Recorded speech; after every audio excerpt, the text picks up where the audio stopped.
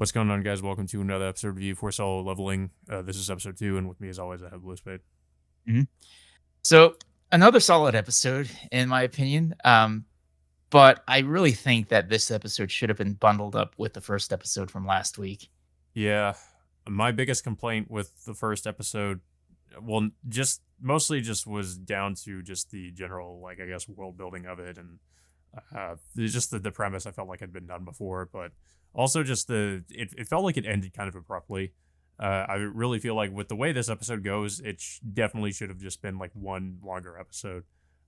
Because the first episode, the other issue I had with it was it doesn't really do anything that really kind of hooks you to get you to really interested in watching the rest or watching more of it.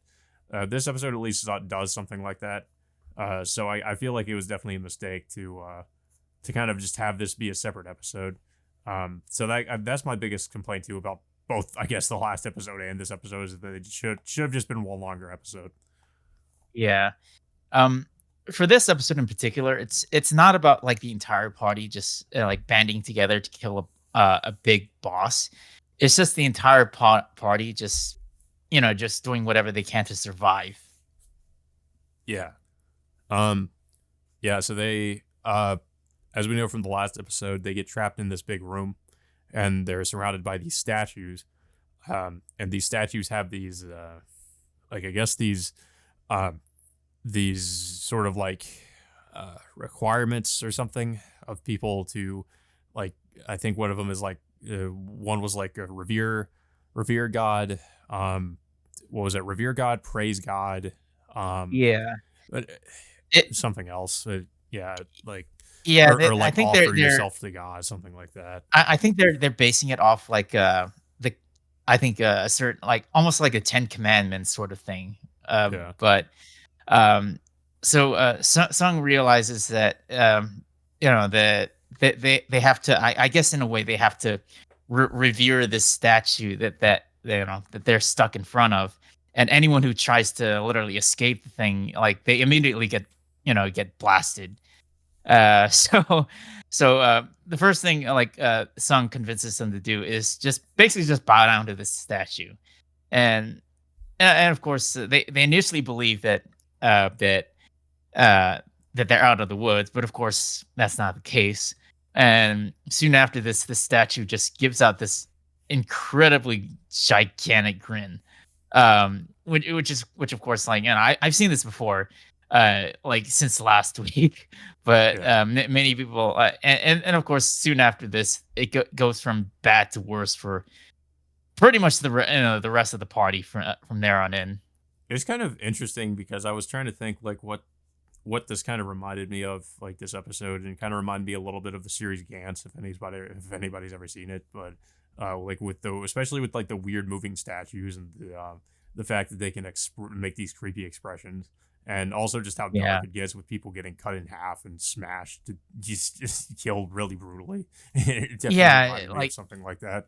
yeah, like a couple of the hunters, it's despite their best efforts to praise or revere God, like they get trampled in such a gruesome way. Yeah. And then and of course Sunk you know get of course like I think he loses his like one of his legs soon afterwards, and I think his friend tries to heal him, but of course she ends up suffering a negative side effect for trying to heal his grievous wound.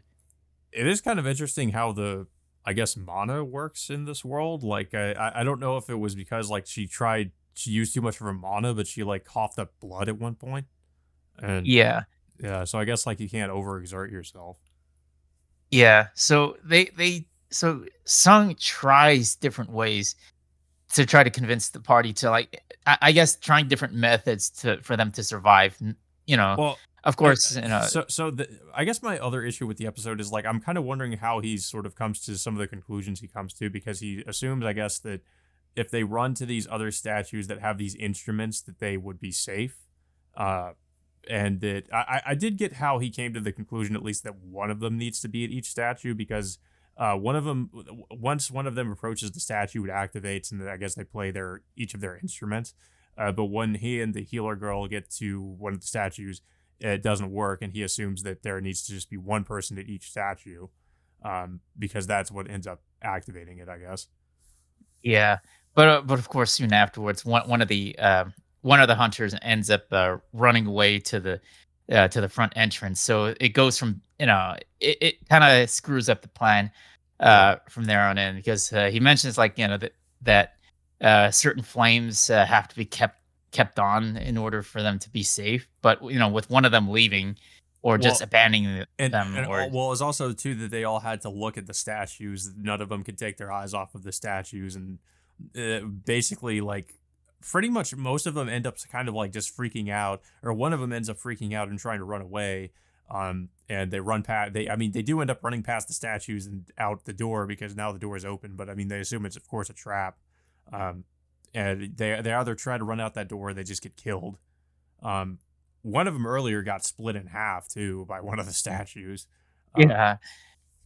yeah. Yeah, soon afterwards, I think it gets bad to the point where Sung just tells, um, what was it? I think the hunter that was originally leading the party to take his friend, out to the door while he stays behind to, I guess make himself as the bait to allow himself to, allow his friends to escape the dungeon.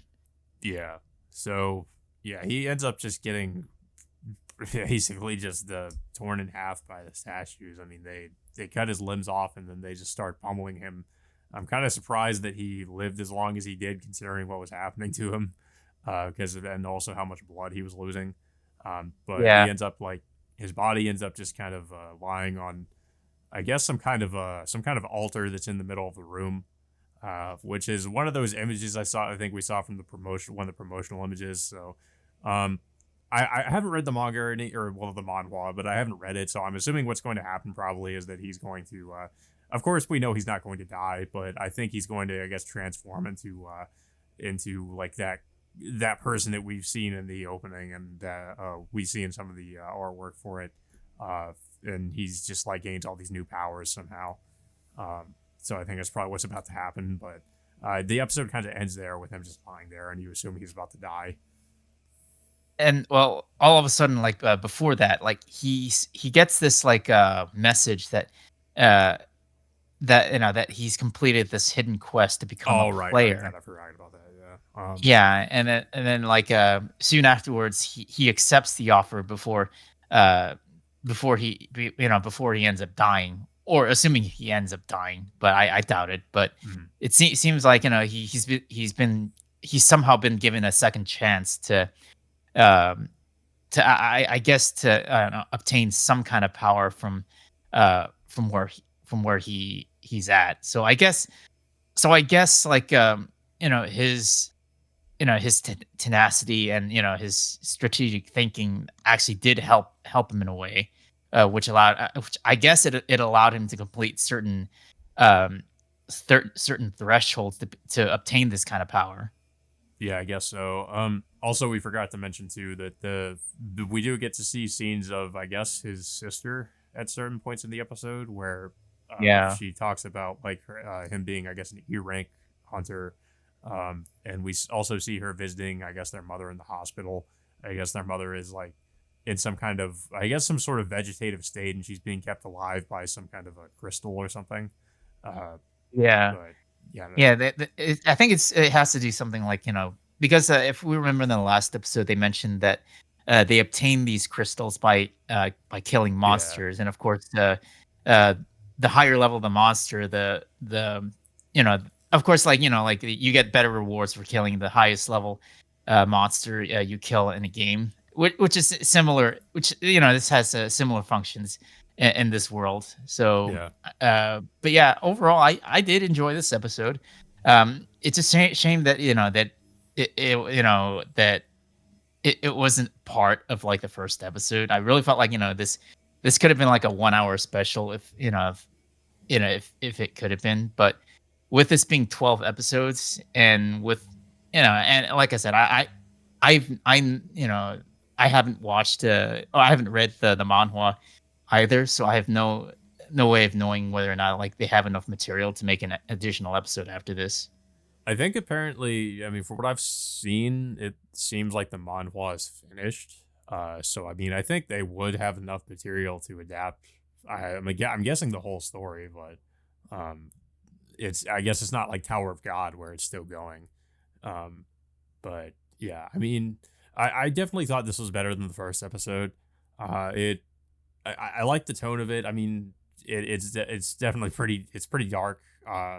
And I mean, but yeah, I'm still kind of a little bit. I'm gonna give it a few more episodes. But yeah, I mean, it's interesting so far. I guess I'm to see where it goes.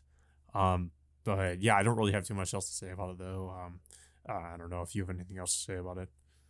Yeah, I do feel like that it's gonna continue on with the slow pacing, but I feel like if with this kind of show, it looks like it's gonna get better, the longer this goes on. Yeah, hopefully. But yeah, so that all being said, guys, until next time, we will see you all later.